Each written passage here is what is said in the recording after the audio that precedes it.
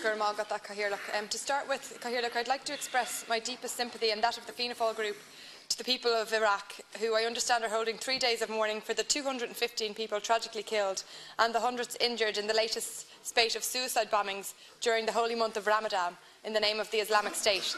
It's hard to imagine the grief and the fear these families and the communities are going through due to these cowardly and hateful acts.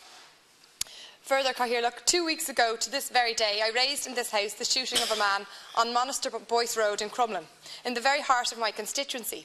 Today I rise to my feet again and I get a sickening sense of déjà vu. Last Friday, David Douglas was shot on Bridgefoot Street in the South Inner City. It is incredible that you would have 3 shootings just a couple of weeks apart, and 2 of which in my constituency of Dublin South Central, together with the tragic news of a man critically injured this morning in Lusk.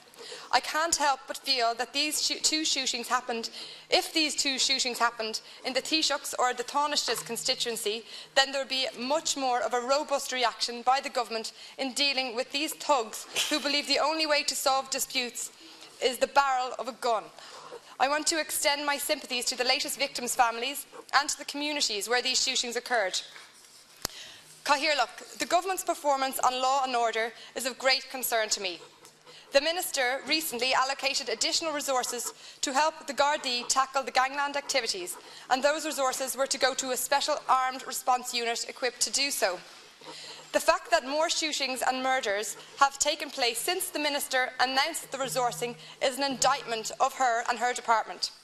How many more people need to die before the government actually wake up and realise they are quickly losing any semblance of being in control?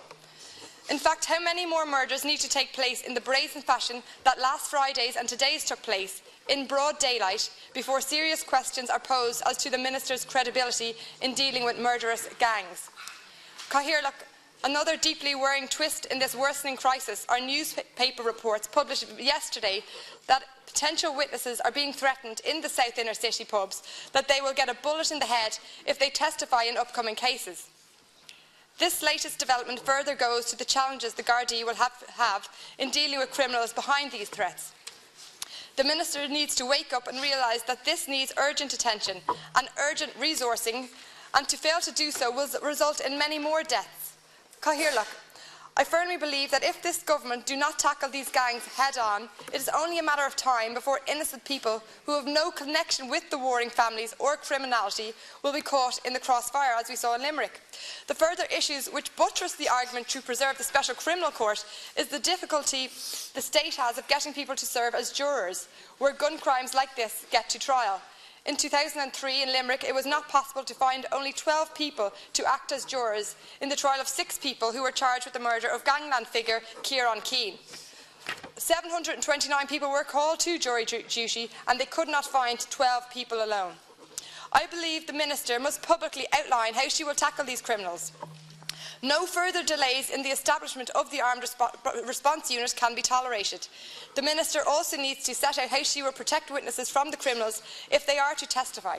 And finally, the Minister needs to introduce minimum mandatory sentencing for anyone caught with an illegal firearm in their possession. I believe that any person caught with such a firearm should know that they will serve a minimum of 10 years behind bars.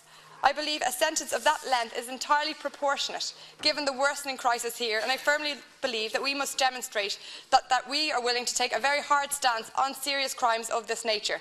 I am proposing to amend the order of business today to call on the Minister to address the Seanad to outline what measures she is taking to stem the escalation of gun crime and cold-blooded murders in our city. Gur Magat.